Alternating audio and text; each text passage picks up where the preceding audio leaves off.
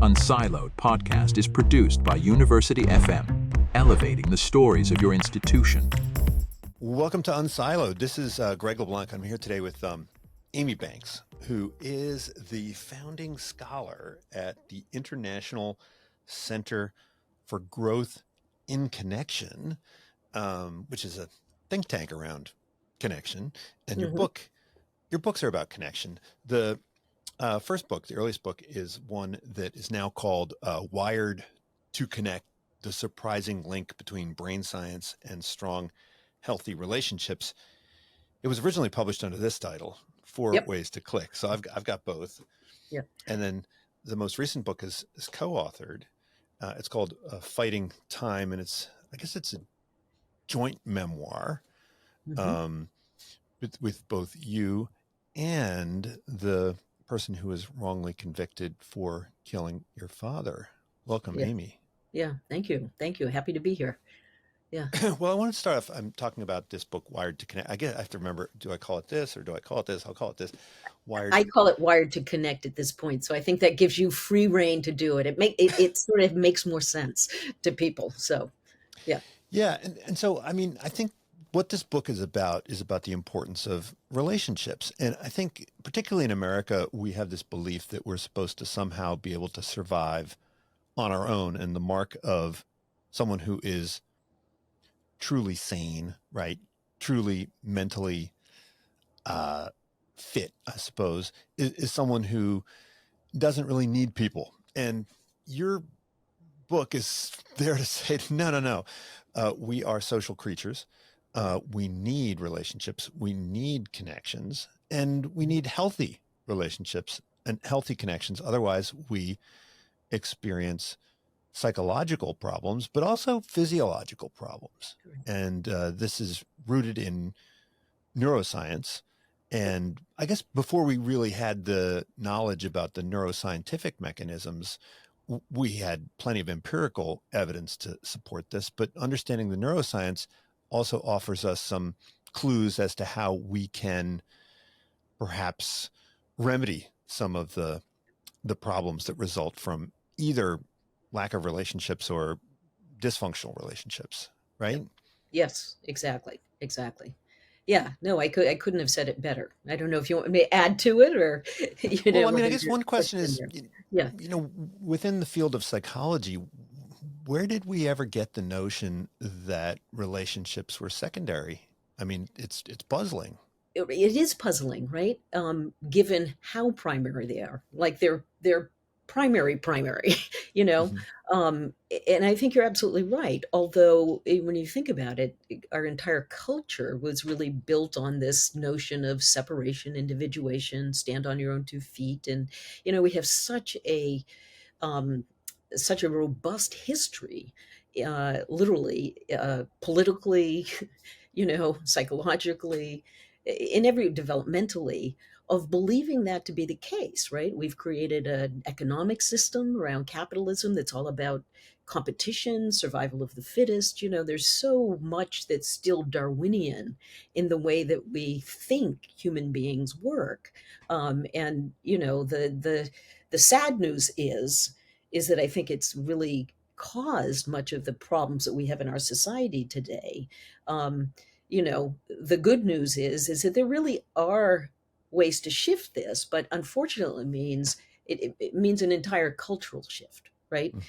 This is not something you do person to person. I mean, you do it person to person, but if we just are doing this one relationship at a time, as opposed to one organization at a time or one community at a time, we're bailing out a sinking ship, is the way that I see it. Right. And I think there's really two problems. I mean, one is the lack of sociability or lack of companionship. And so people talk about the loneliness epidemic, but I think even for people who do have continuous interaction with others, those interactions can be harmful, or at least something less than fully functional, right? Right. Right, right. So it's, what we're not saying in my group that has, been really invested in studying and working with the idea of healthy relationships, growth fostering relationships, as Jean Baker Miller called them way back when. You know, have always said it's not about simply having a warm body, right? Mhm. It's about the quality of relationship. And when you build a culture that is antithetical to relationship, that, in fact, pathologizes people for needing other people, right? Calls them weak, or, you're too needy, or you're codependent, then in fact, a whole lot of skills that are needed to be developed when we are in our infancies, in our childhoods, don't happen, right? So we get thrust into adulthood without actually knowing what a healthy relationship looks like. So we can, I mean, I see this all the time in my own relationships, as well as in certainly clients that I see, in workshops that I give, that people, at the very basic thing, they don't understand or know what a healthy relationship would even feel like, right? Because we don't learn it. Right. And I think also you suggest that one's capacity to engage in these growth fostering relationships is something that's kind of path dependent, or at least reinforcing, so that if one experiences certain types of relationships early in life, then one is best able to interact according to those same patterns later in life, Yeah. right? Right. Right. Exactly. Exactly. So imagine, we're sort of thrown out into the world as these, very, very helpless infants, right? With all of the, kind of preliminary hardware, to connect, a lot of impulses, a lot of instincts, literally, to connect. And if we are thrown into relationships with parents, with community, what have you, where that is the value system, and where it really, attunement, mutuality, respect, all of those things, listening as well as talking, are really emphasized, then the system that we already have instincts for develops into this rich relational, capacity that's built into your nervous system. But the opposite happens, right? That if we really are feeding our kids this idea that, competition is above everything else important, that it's more important to be heard than to listen, then, you get a diminishing of those skills. And, and ultimately, what happens is you build up the stress response in human beings, because we're kind of constantly competing against each other and not being able to just kind of smoothly slip into healthy relationships. Yeah. I mean, you use the term fitness a lot. I kind of love this metaphor, because the Yeah. idea is that we should treat these neural pathways in some sense like muscles, right? Yeah. And if you don't exercise these muscles, then the muscles kind of get out of shape, right? Right. And so part of what you're offering in the book Wired to Connect is Yeah. a series of exercises Yeah. that people can do to try to kind of get back into shape if Yes. they're flabby, so to speak. Yeah, yeah, exactly. I love that. I'm a jock at heart, right? I grew up as an athlete, so I think that, that kind of analogy just fits for me. But I think, that's what we've learned also about neuroplasticity. This idea, when I was coming through medical school, um, I learned that the brain is sort of set. There Hmm. isn't this ability, there isn't this plasticity that we can change and grow. Literally, the neurons, that we can grow new neurons, and so this whole body of, neurology, physiology around the brain is still, medically speaking, relatively new since the late 1990s, and so we haven't yet really updated all of our databases to learn that the brain operates by this principle of use it or lose it. And, neurons that wire together fire together, so that you make neural networks that can be that can work for you as opposed to against you, right? And that if you're not working those muscles, then those brain cells will in fact atrophy, and those networks will kind of die off, and others will take its place. It's simply how we're wired and how this nervous system of ours is supposed to work, right? What is it? Hebbing's law? Is that it? Right? Wire the Is neurons. that what is that what it's called? Yeah. I think Yeah, he's like you're ahead of me there. You're ahead of me there. I don't know that I've ever put that label on it, but that makes I think that is what you're talking about. Yeah, yeah, But from an evolutionary perspective, I suppose it makes sense, right? If you're exposed to a particular type of environment early on in yeah. life, then the mechanisms that are adaptive to that Exactly. environment That's right. then Exactly. become your operating system going forward, right? That's exactly right. We are, the whole nervous system is about adaptability, right? Ultimately. And so you remember, when the book first came out, I did a podcast for, I can't remember what it was called, but it was basically this idea of it's all about what you feed yourself, right? If you feed yourself hyper competition and, that relationships are to be suspect, that you shouldn't need anyone, your brain is going to develop in that. But what that looks like is you being cut off from the natural ability to be soothed in relationships. And what that means is your stress response system gets a free rein to be going 24/7, which ultimately that's what you were saying before you were, I think, mentioning that the book contains, which is ultimately, your sympathetic nervous system or your stress response going all the time is going to impair your immune system and not only make you depressed and anxious, but also sick over time. But what I find interesting is that if you are exposed to a particular environment at one point in life, and then your response system adapts to that environment, Yep. you would think that if you encounter a different environment, then you would sort of have reason to switch back. But it seems that people Mhm. seek out the environments for which they are adapted, and so it tends to reinforce the response system to Yeah, some you're degree. you're you're absolutely right. There are these glitches, I would say, in the nervous system, and that's one of them, right? You'd hope that if you learned, if you sort of learned a kind of some bad patterning early on, that would, that you'd be able to change it. And of course you can, but it takes a whole lot of intention and attention to do it, right? It's not an easy thing because once we get these grooves in place, right? Once we get these networks set up, then, by and large, we're just operating, kind of implicitly with these networks. And we find, I mean, I can't tell you how many times, myself included, have sort of thought, okay, I'm not going to have this relationship that was like the one with my father or my mother or whatever. And then, I think I've picked the perfect person. And then, like 5 years down the road, lo and behold, it's the same thing again, right? I mean, we do it almost in spite of ourselves, right? Yeah. Let's walk through all four of the pathways and use the acronym CARE, Yes. right? So Yeah. calm, accepted, resonant, and empowering. And maybe we can start with the first, which has to do with the vagus nerve. And Yes. I didn't realize that the vagus nerve was sort of a relatively recent discovery. Yeah. How Well, does it, what role does it play in the fight, flight, and freeze yep, response? great question. So the vagus nerve in and of itself is not a recent discovery. The smart vagus branch of the vagus nerve Mm. is a recent discovery.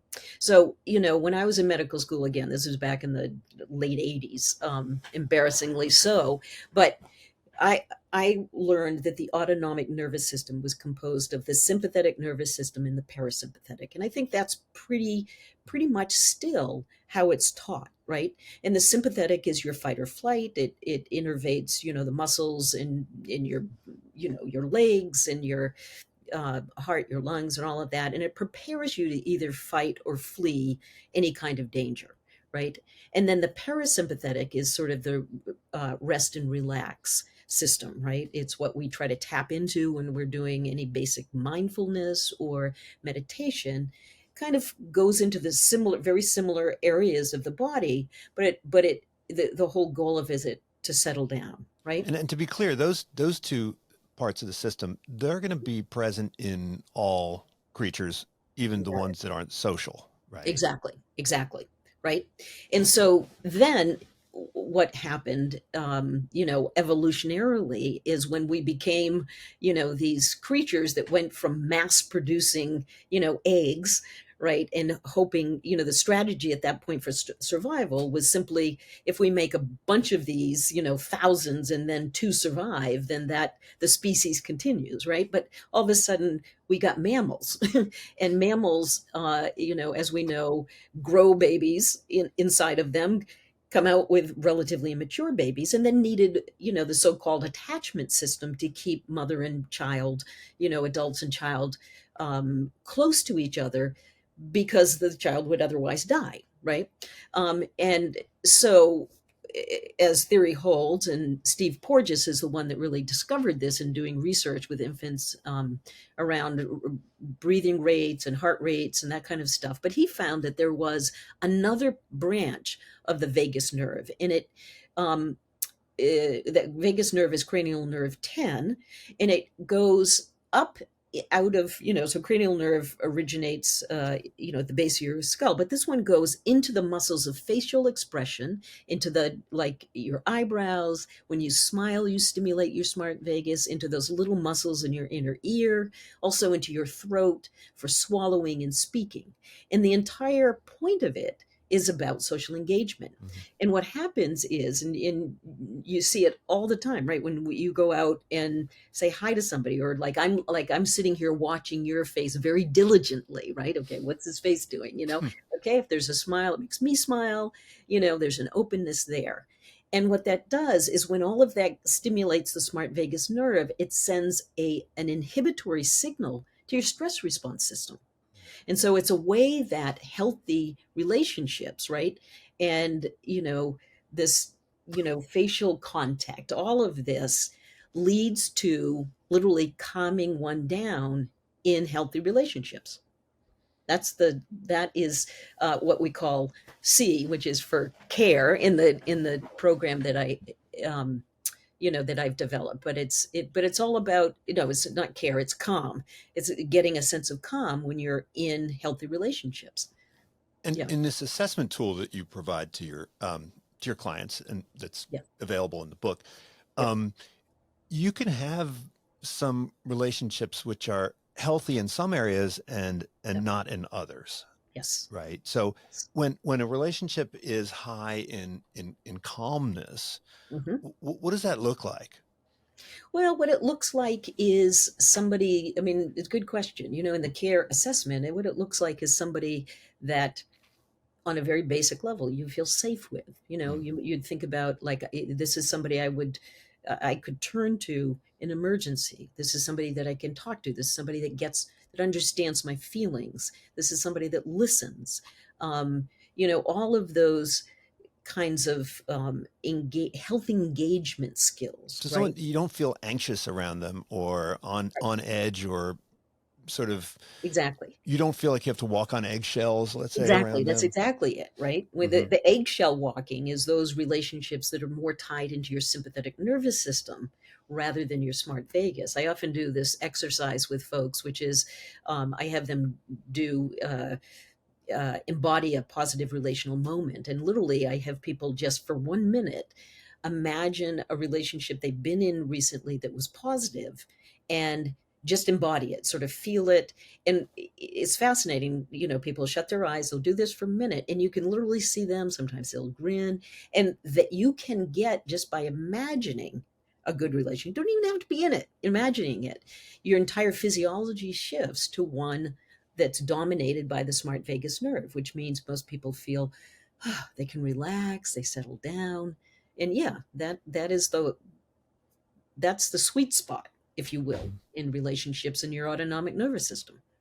Now, in science, we always like to talk about selection and treatment. So, I mean, is the solution to avoid people who make you feel anxious, or is there some endogeneity, right? Is there something that you can do to Yeah. kind of make those people Right. less anxiety inducing? Yeah. Do you by do those people reflect to some degree the way you are interacting with them? Do you create the Mhm. lack of calmness in that relationship as much as they do? It can be, right? One of the purposes of the assessment tool that I have is to actually also get a snapshot not only of your own pathways for connection and how robust they are or not, but also the quality of, I have people choose their five people they spend the most amount of time with, whether it's a good relationship or bad, because obviously if you're spending a lot of time with in a bad relationship, right, that's stimulating your stress response system, that's going to also be overdeveloped. So the answer to your question is, both, which is, in a relationship that ranks pretty low on the calm scale, right? It could be you, it could be them, and it could be some, confluence of both of you, right? Mhm. But what's important is knowing, kind of having a snapshot of that.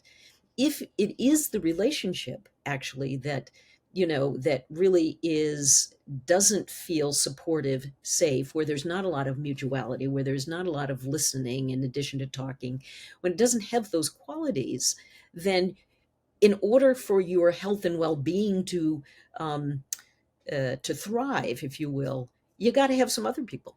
You got to have some other Mhm. people to offset it, and we all know situations, we're heading into the holidays. I think it often happens around families, right? Where, you might be demanded or Mhm. or need to be someplace with people that maybe necessarily aren't on the same wavelength that you are, right? So the question is, who So in other offsets words, that? you could feel calm around someone who doesn't feel calm around you. Yeah, you could. Yeah, Yeah. yeah, yeah, yeah. You absolutely could.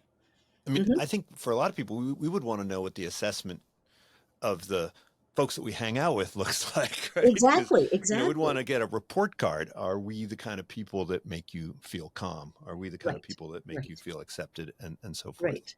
And one of the things, I mean, think about that, right? Like, that's a brilliant idea. When do we ever ask people, Mhm. how do I make you feel? You know what I Yeah. mean? Like, I mean, that actually would be a really fruitful conversation to have with a friend, with a relative, or whatever, like, do I, you look anxious. Do I make you anxious? Is there something I do that makes you anxious? We don't have those kind of relational conversations, period. Mhm. Right? Well, the second one is one that is also, I think, to some degree, a recent discovery. I remember reading about the social pain overlap theory, Yeah. and it was only because we had sort of fMRI results Right. that we could see this. But Yes. the feeling of social rejection is indistinguishable from that of physical pain, That's right? right. When we look at the Yep. brain imaging, and I think this goes a long way towards explaining why there's been this opiate epidemic, because Yeah. it's not like there's been this massive increase in physical injuries. If anything, we have Exactly. Right. fewer physical injuries than Right. we did in the past, Right. where people worked in factories with Right. all these big, You got it. Yeah. pieces of metal flying around, right? Right. Right. Right. Right. Exactly. Right. So in a allegedly safer world, why are we in more and more pain?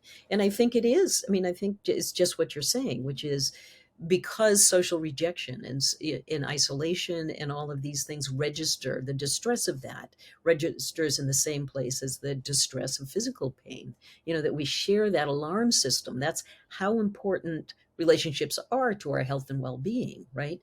And so we don't attend to that, right? We might be, making factories, safer, but we're not making people safer, right? And then in fact, we continue to have the mythology that we are like these stand on our own 2 feet beings. Yeah. Now, as a And I think signaling you're system, absolutely right. I think it goes hand in hand with the opiate epidemic. but as a signaling system, it doesn't seem to be as effective. So, if you touch a Mhm. hot stove and it hurts, you know to remove your finger. But I Yep. think the people who are experiencing this sort of pain of social rejection, Yep. do they understand what the source of the pain is? I mean, is it immediately obvious that, hey, Well, I I need to think go and find acceptance somewhere, right? What if Right. I want to Well, feel better? I think no, it isn't.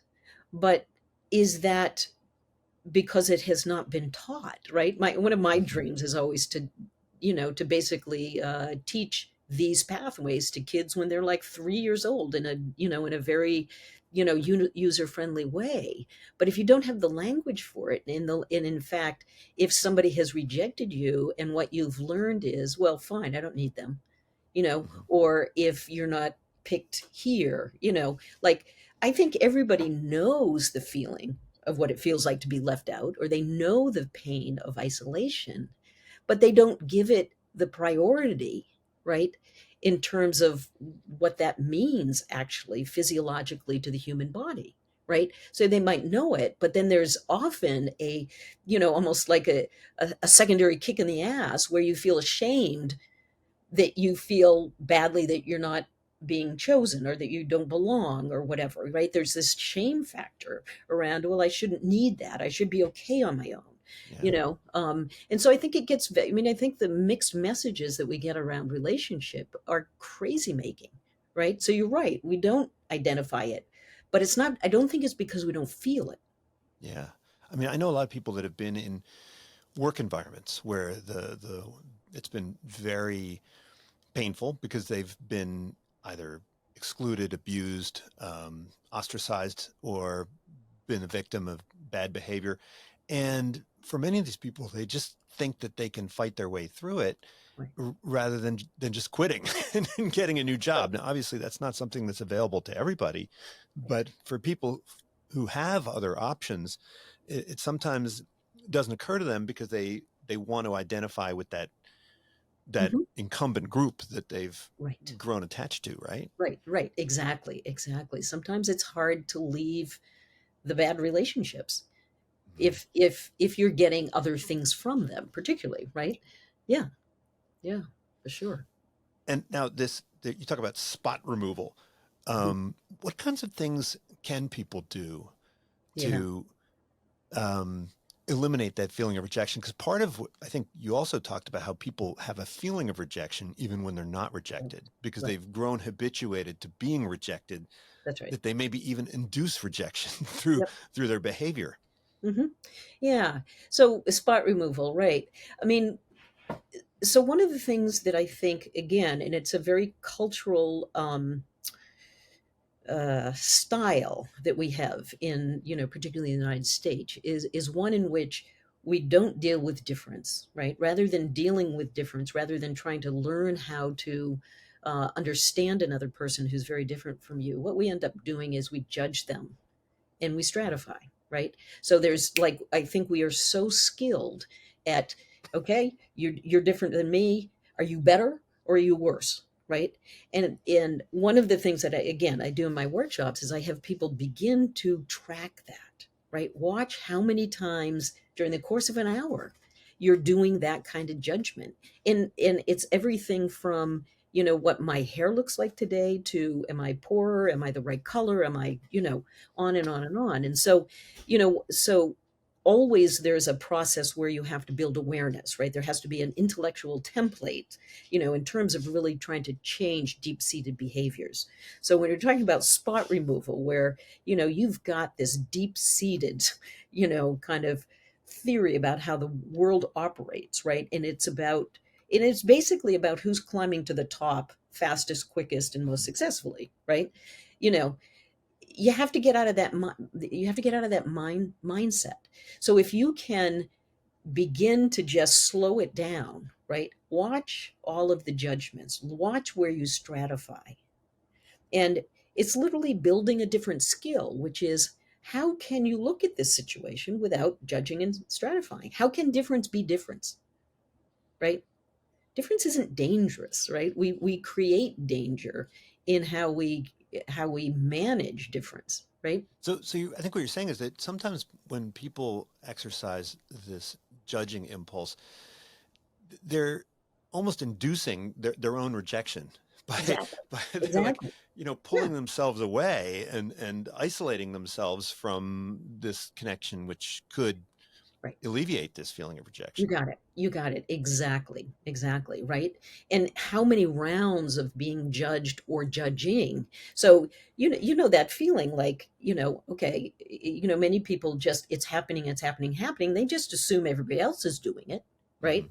And 9 times out of 10, everybody else is doing it. Right.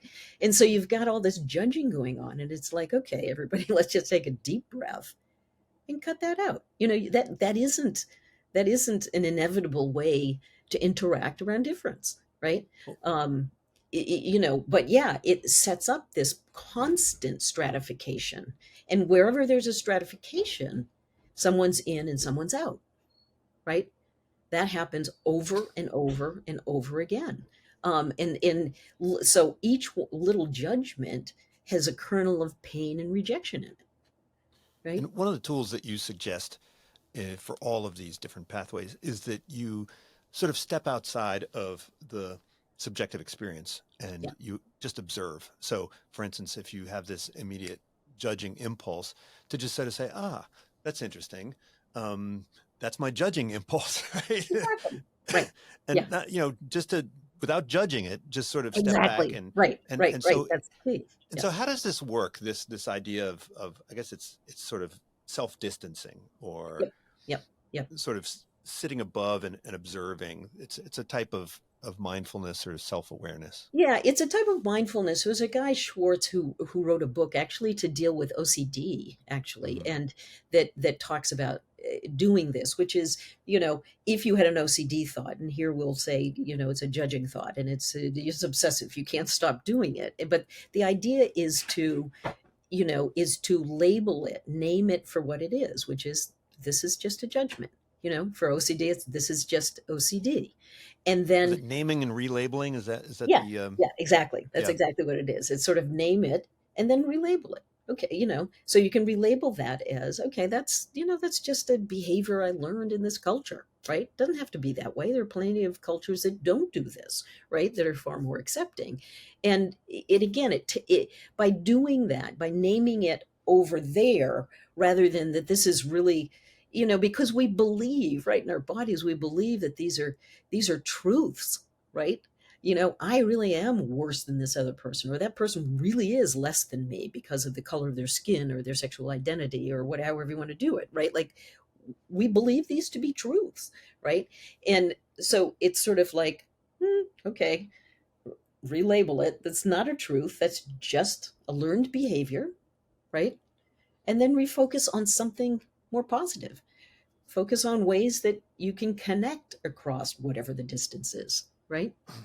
Now the third pathway is the mirror neurons, right, which you call Yes. resonant.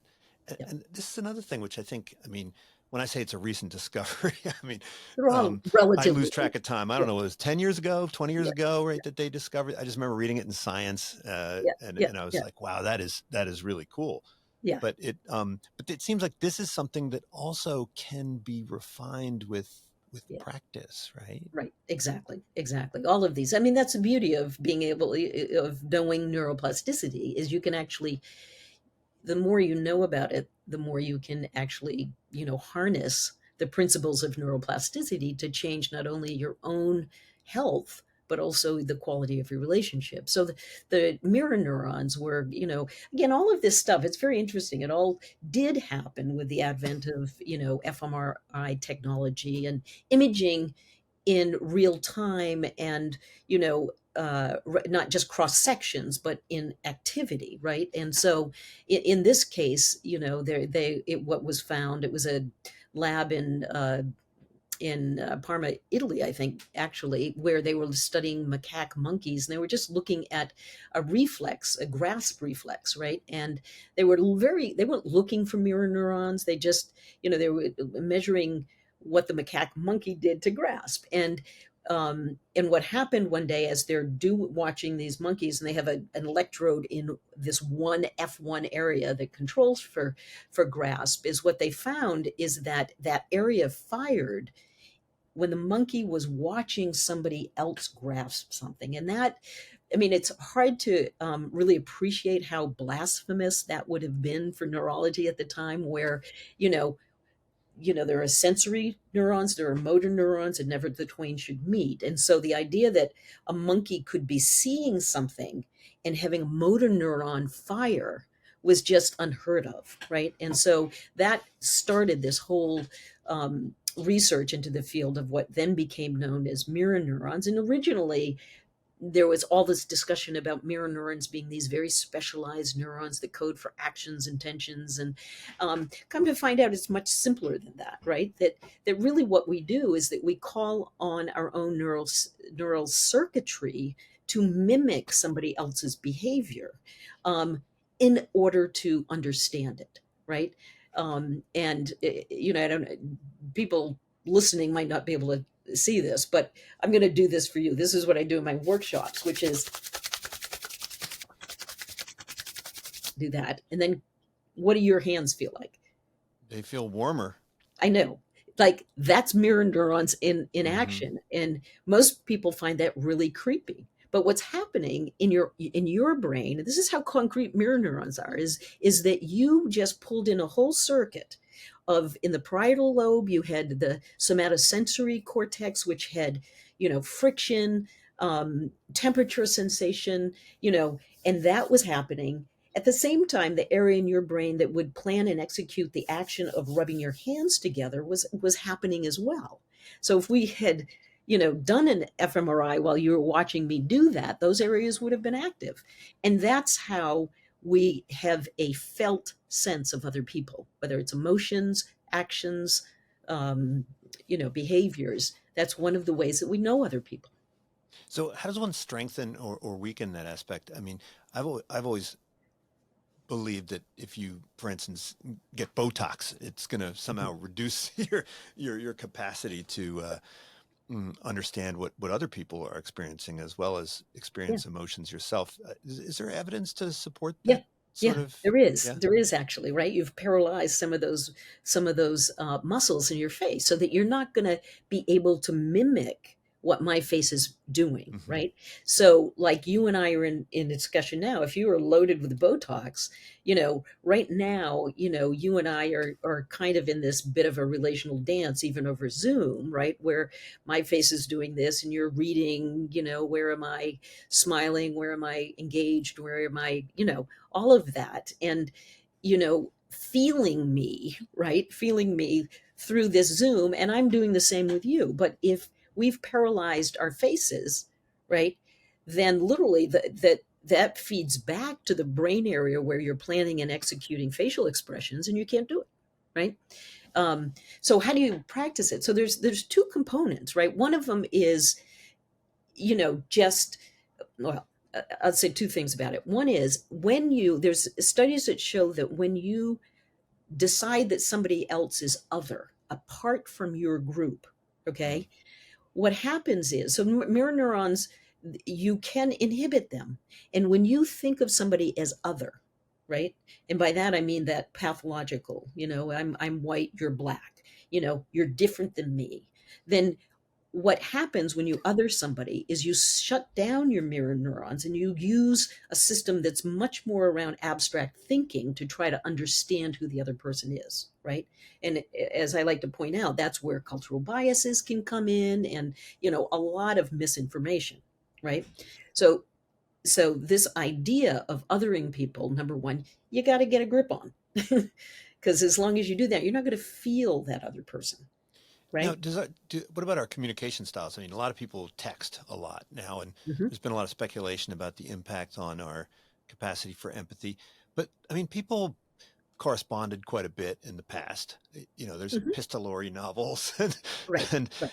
letter. But is it?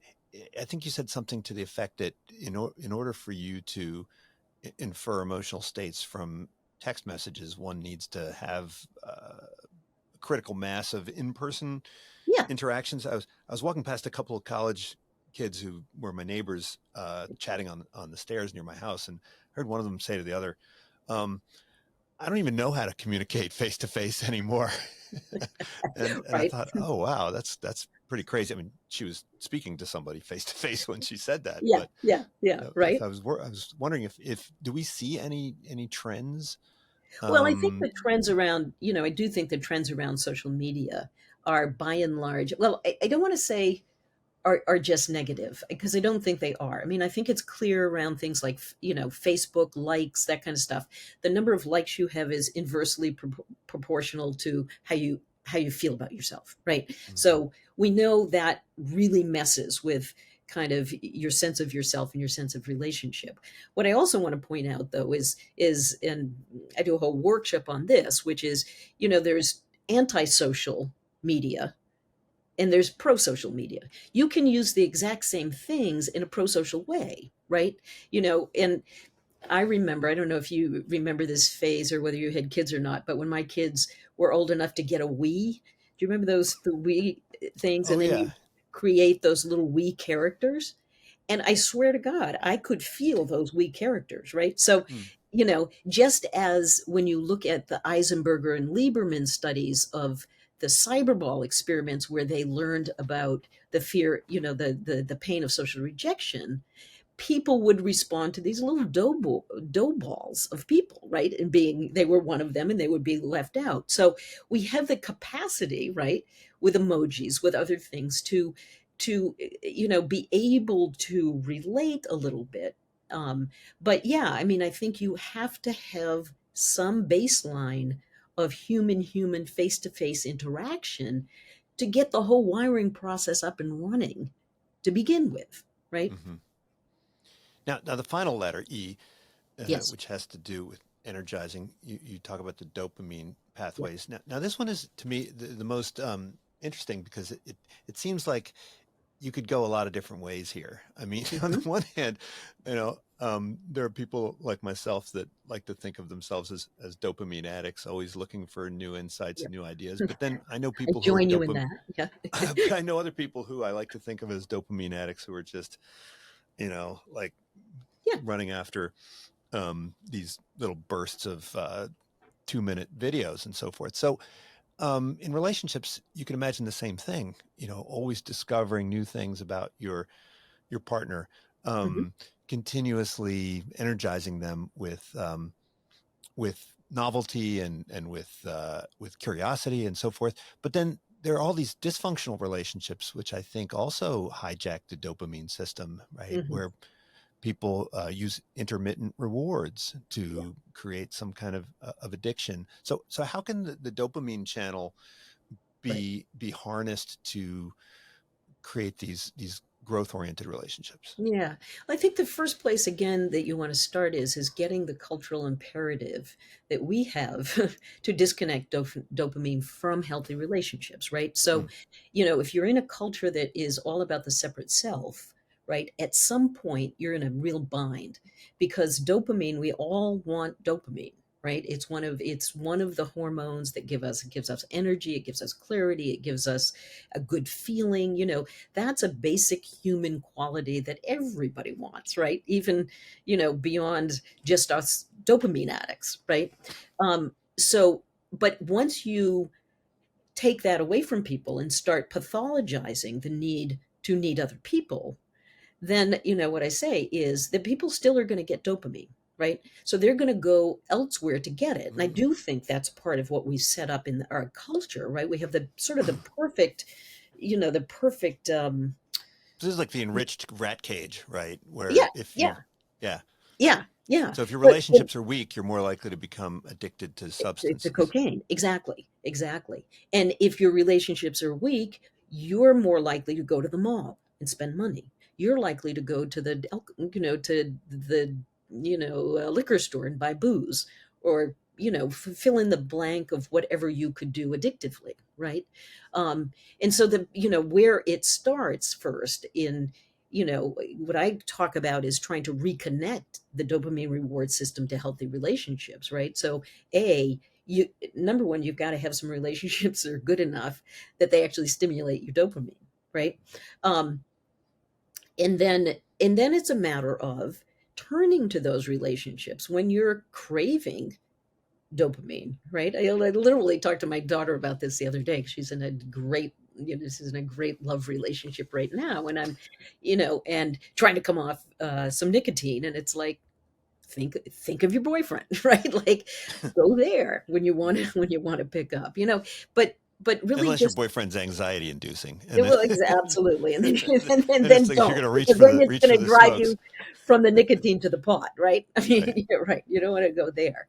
Um, but again, it's sort of really kind of developing the cultural awareness of what this separate self culture is doing to us in terms of really rerouting some of these primary pathways that we need to live and thrive, and sending us off into other corridors that actually are killing us. Mhm. Yeah. Well, now I'm an economist. I always talk about trade-offs.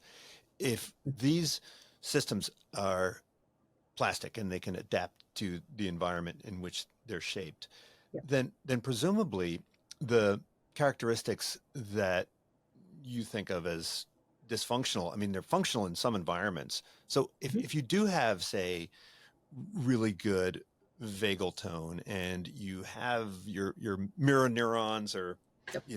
all set to go and you can Mhm. derive dopamine from relationships and so forth, can this be harmful in certain environments? Are there environments where that sort of person is likely to maybe fall prey to con artists, or be Mm. overwhelmed by the suffering of the people around them, or Yeah. be inadequately competitive, right, Well, in right, a rat right, right, race? exactly, right. Am I undermining capitalism, right? I mean, basically, yeah, yes, I am, and I'm doing it intentionally, right? I mean, I think your point is well taken, right? Which is, you know, if you enter into trying to change these pathways and you don't actually have any healthy relationships, right? Or if you are so tied into, this hyper competitive mode of being in the world, then yeah, that will be a price you pay, right? Another way to think of it though is that's the price you should pay, right? This is what we Mhm. need to get away from. But you're absolutely right. I mean, changing for some people away from this, it's almost like what people talk about when they get sober, right?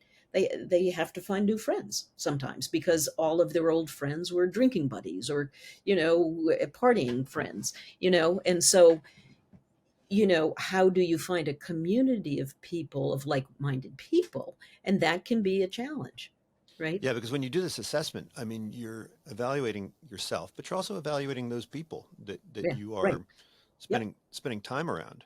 Yeah. Well, And you do. And I also point out though that a low score on your for any given relationship doesn't necessarily, unless it's a frankly abusive relationship. I mean, obviously, that's the kind of relationship you just need to get out of, right? And that's just clear. But there are a lot of marginal relationships where once you begin to understand what qualities of what the qualities of a healthy relationship are, you can begin to try to have conversations that point in that direction. See who's open to trying to interact differently, right? There's a lot that you can do with marginal relationships that is really more out of a social ignorance and not being taught, and not a malevolence, right? Mhm. Like, when I talk to people about this and when I do my teachings, people by and large are just relieved, right? To hear kind of this news about relationships, and it gives them some guideposts to begin to think about how they might try to shift, change, or grow the relationships that maybe aren't as satisfying as they would like them to be. Well, when I looked at the various case studies in the Yeah. book, and you offer a whole bunch of them, it seems like the majority of the people that were in the top five were either family or Mhm. work colleagues. Yeah. Now, it's kind of difficult to switch out your family, and it's kind of difficult to switch out your work colleagues. Yeah. And it's even very difficult to switch out your friends. I mean, we hear about stories of Mhm. people who find success in, say, professional sports, and their dysfunctional friends follow along, right? I mean, Right. Right. we hear other cases where they ditch some of their best friends for entirely new crowds. Um, if you can't change your friends, and you can't Mhm. change your family, and you can't change your coworkers, what do you do in those circumstances?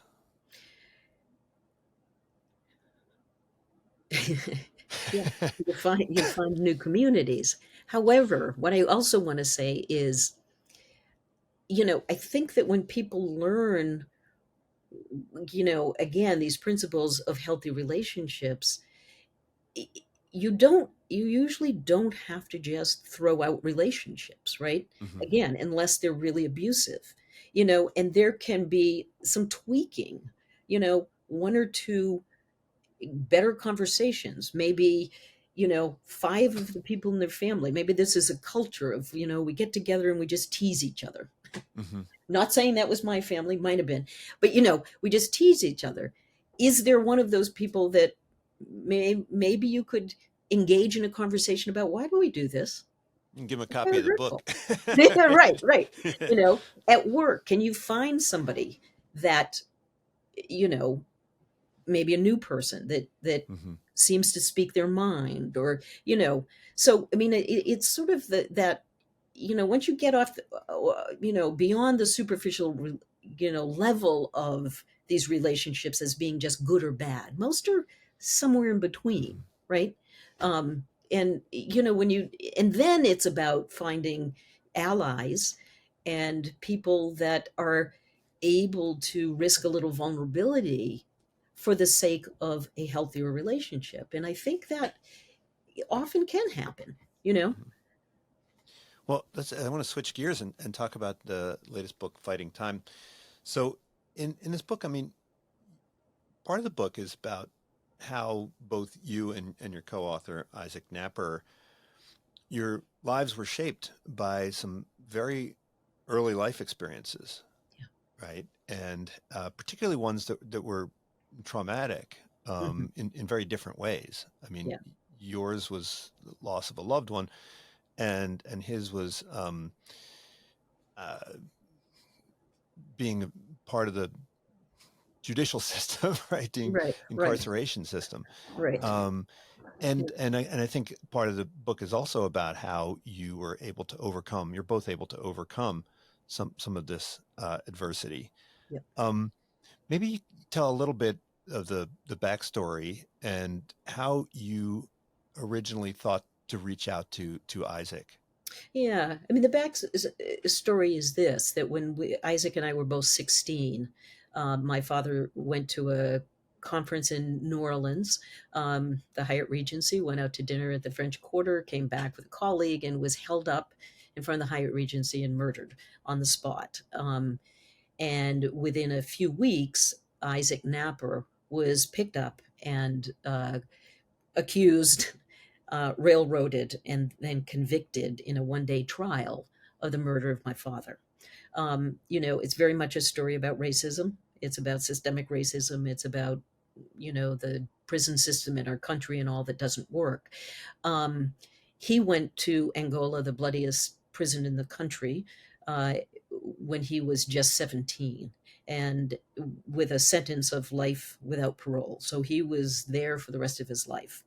Um, in 1992, this was in 1979, in 1992, they were some his mother was actually able to get a police report that actually had exculpatory evidence, Mhm. that the detectives had withheld, and the prosecutors had withheld from the defense, that was very clearly would have gotten him out of the charge.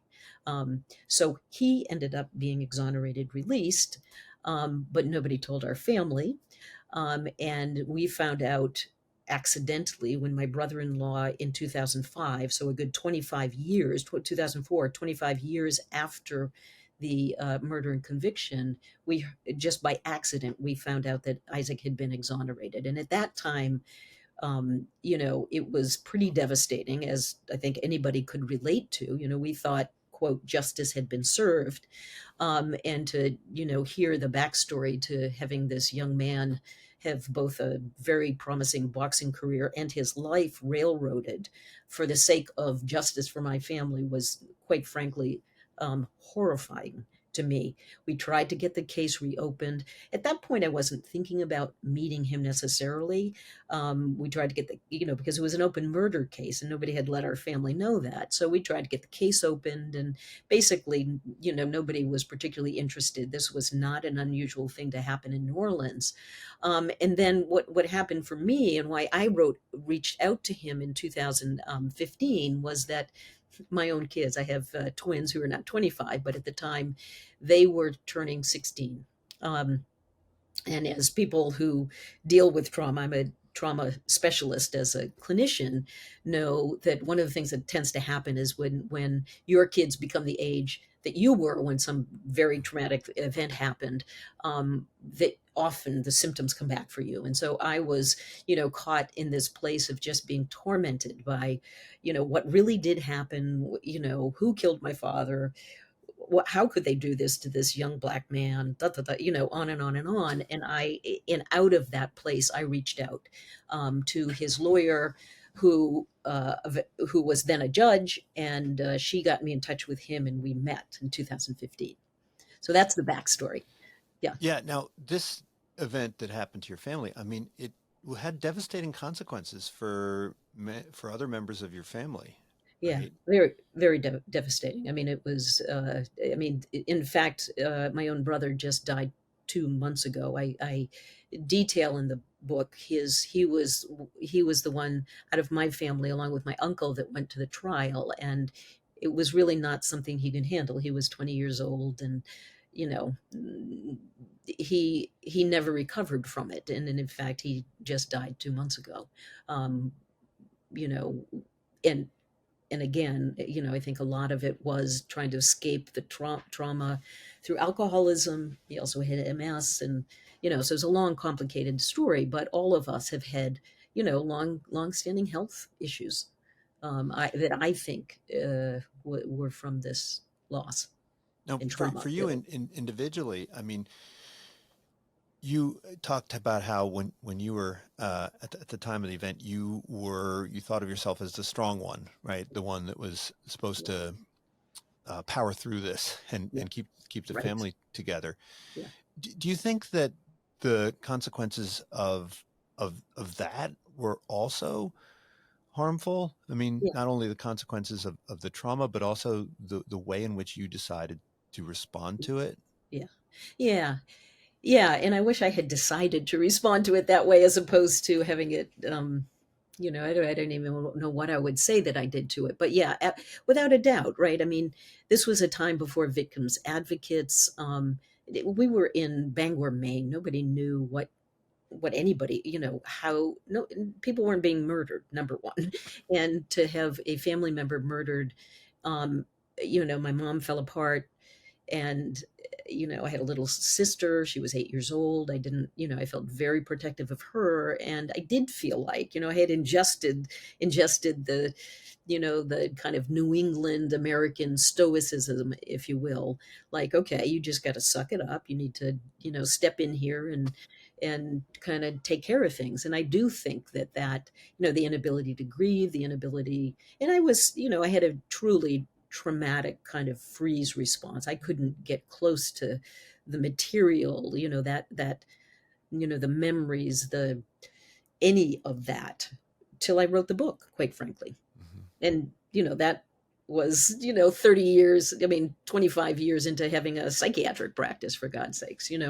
So yeah. Now, a lot of people who find themselves incarcerated, many of them are going to be released back into the world.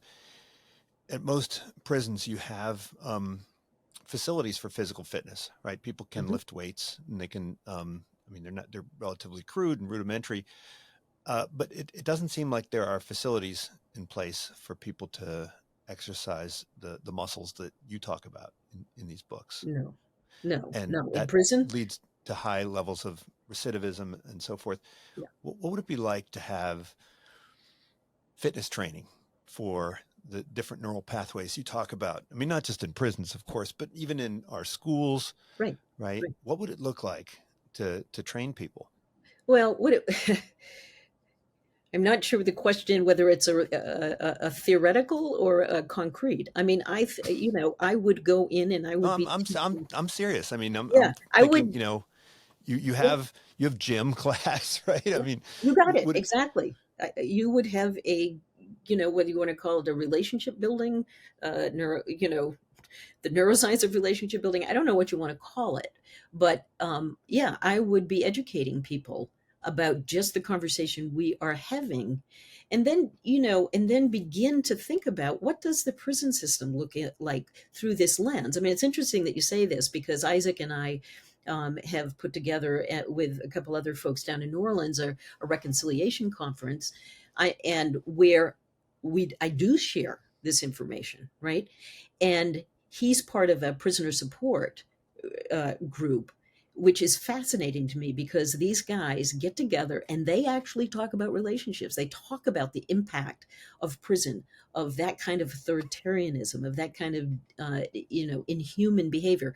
They're not necessarily using the language that I would, but they're having these conversations as a way to try to become deinstitutionalized and Mhm. move back into some kind of human community. But I would be doing this in schools and prisons, in organizations. I think it's a conversation to be having in any place where there is a gathering of human beings in the United States, quite frankly, because I think we are that out of whack. And prison is the extreme, probably prison, medical school, and corporate environments, I would say, are probably like the worst offenders. Maybe law school, Yeah, you well, know. look, you don't need to know about lactose and hemoglobin in order to, lift weights.